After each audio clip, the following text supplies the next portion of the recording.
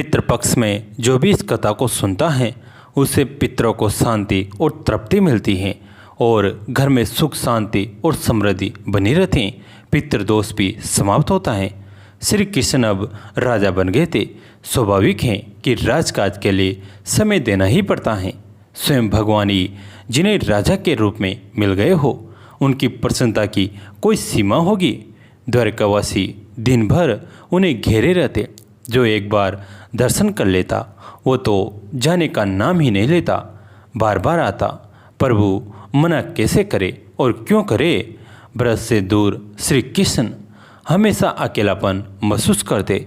उन्हें गोकुल और ब्रज हमेशा याद आता।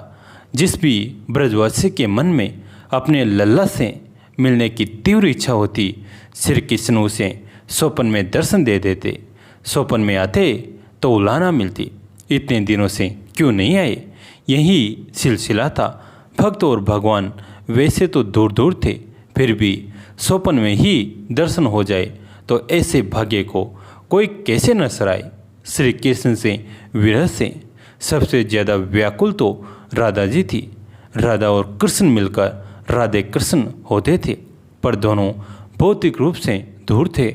एक दिन की बात है, राधा जी सखियों संग कहीं बैठी थी। अचानक एक सखी की नज़र राधा जी के पैर पर चली गई। पैर में एक घाव से खून बह रहा था। राधा जी ने गोपियों को बहलाने का प्रयास तो किया, पर सफल नहीं रही। किसी ने भी उनकी इस बात का विश्वास न किया। प्रश्नों से भाग रही थी। अब पलटकर फिर से प्रश्न शुरू हो गए। सखियों ने पूछा, यदि ये घाव कान्हा के पैरों के नाखून से हुआ तो अब तक सूखा क्यों नहीं। कान्हा को गए तो कई बरस हो गए, इतने में तो कोई भी घाव सूख जाए। देखो, कुछ भी छुपाओ मत, हमसे छुपा न सकोगी। आज नहीं तो कल पता तो चल ही जाएगा। सो अच्छा है कि आज ही बता दो। राधा जी समझ गए कि सखियों को आधी बात बताकर भलाया नहीं जा सकता। वो तो अपने कन्हैया से आज ही रात स्वप्न में पूछ लेगी, बात तो खुल ही जाएगी, इसलिए बता ही देना चाहिए।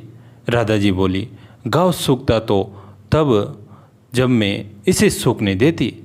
मैं रोज इसे कुरेद कर हरा कर देती हूँ। सखियों को तो आँख फट कर रह गई। ये सुनकर कि राधा जी घाव को हरा कर रही हैं, ये तो बड़ी विचित्र बात हुई। सबके चेहरे पर एक साथ कई भाव आए।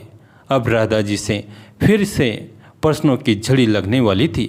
इससे पहले कि कोई कुछ कहे, राधा जी ने ही बात पूरी कर दी। राधा जी के पैर में चोट लगी है, घाव से खून बह रहा है। सभी चिंतित हो गए कि उन्हें यह चोट लगी कैसे। लगी भी तो किसी को पता क्यों न चला।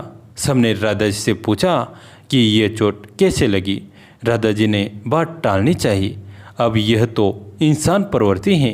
आप जिस बात को जितना टालेंगे लोग उससे उतना ही पूछेंगे।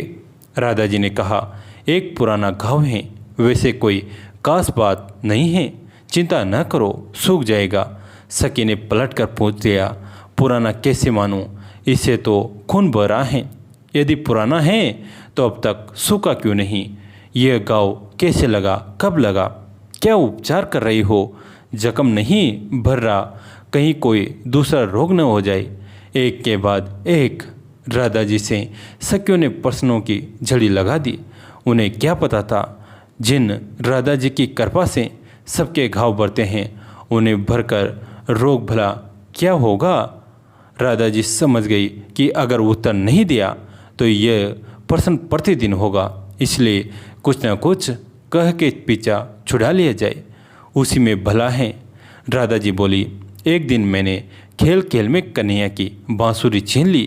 वो अपनी बांसुरी लेने मेरे पीछे दौड़े। बांसुरी की छीना झपटी में अचानक उनके पैर का नाखून मेरे पाँव में लग गया।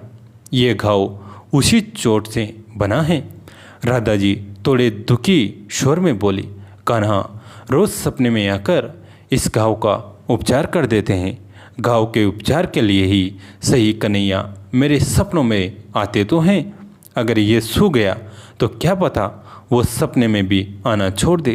प्रभु द्वारका में बैठे सब सुन रहे थे। उनकी आंखों में आंसू भर आए। वही पास में उद्धव जी बैठे थे। उन्होंने प्रभु की आंखों से झलकते आंसू देख लिए। उद्धव जी हैरान परेशान हो गए। सबके आंसू दूर करने वाले श्री कृष्ण रो रहे हैं। ये क्या हो रहा है? कौन सा अनिष्ट देख लिया? कौन सा अनिष्ट घटित होने वाला है? उद्धव जी चाह तो नहीं रहे थे कि प्रभु के नितांत निजी बात में हस्तक्षेप करे, पर कौतूहल भी तो हैं। उद्धव जी स्वयं को रोक ही न पाए।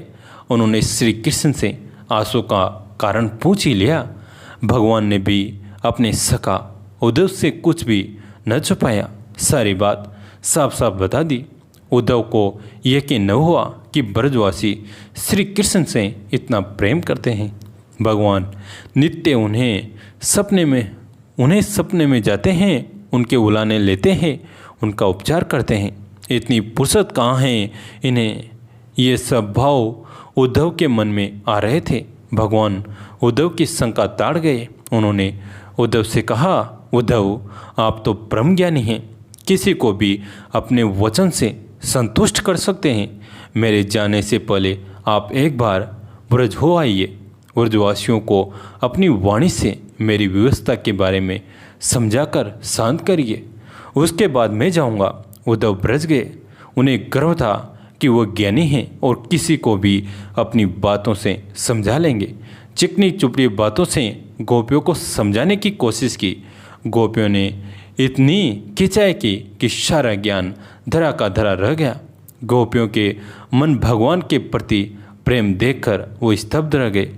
द्वारिका में श्री कृष्ण के आंसू देखकर जो शंका थी उसके लिए बड़े लज्जित हुए। गोपियों ने श्री कृष्ण से अपने प्रेम भाव का जो वर्णन शुरू किया तो उद्धव की आंखें स्वयं झरझर कर बहने लगी। वो भाव विभोर हो गए। राधा और कृष्ण के बीच अलौकिक प्रेम को उद्धव ने तभी समझा। प्रेम से बोलिए, जय श्री राधे राधे राधे। कैसी लगी है कहानी? अगर अच्छी लगी तो लाइक कीजिए, अपने दोस्तों के साथ, फैमिली के साथ, सभी के साथ शेयर कीजिए। दोस्तों, ऐसी धार्मिक और मधुर कहानियाँ सुनने के लिए हमारे चैनल को सब्सक्राइब कीजिए। धन्यवाद आप सभी का।